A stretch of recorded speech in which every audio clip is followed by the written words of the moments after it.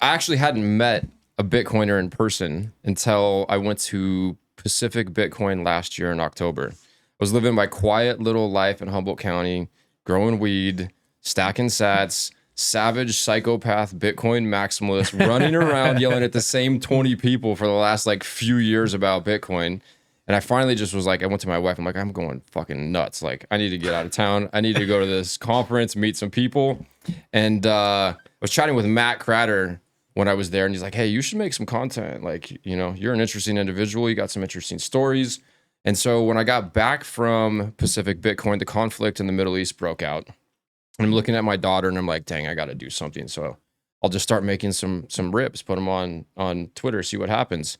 And opportunities to travel, go speak at conferences, podcast appearances came. And so I've been talking with a lot of people for the last 12 months. Like I went from knowing no Bitcoiners to like knowing an enormous amount of Bitcoiners.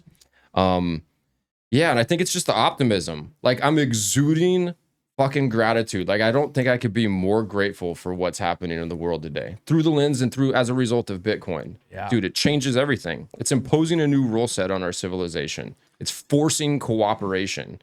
And it doesn't matter all the shitty people and all the nasty stuff that's happening in the world. That's the thing that's happening is a result of people's innate desire, or some people's innate desire to serve their, or ability to serve their self-interest at any expense. And that very thing is what makes Bitcoin work. So I'm pumped. I'm like perpetually optimistic. Couldn't be happier about it. And like, I think that's what people pick up on when they talk with me. If they like what I have to say, it's that optimism, dude, fucking beyond ecstatic. I think there was something really cool about our retreat because it was for sovereign-minded people, and there were definitely like Bitcoiners there, or perhaps more amateur Bitcoiners.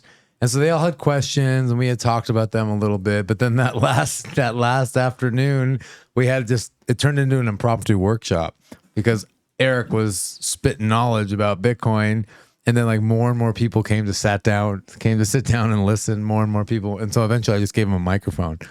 But I thought it was awesome because he drew a crowd. Yeah, he drew a crowd literally at the retreat, and I thought that was so awesome because so many of us that are like super into Bitcoin just listen to this shit all the time, or listen to like you talk all the time. But these people like have never been exposed to that. They just have a very like basic knowledge of Bitcoin, and then just by hanging out with Eric Stack, suddenly they're looking at everything from a brand new light.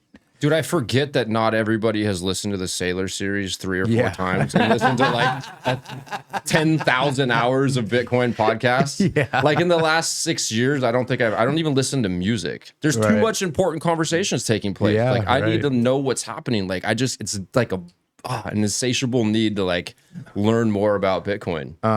So, well, listening to Bitcoin podcasts is probably easier tending your weed fields as opposed to doing, I don't know, like what if I'm writing or editing video or something like that. I have to like, it's music or nothing.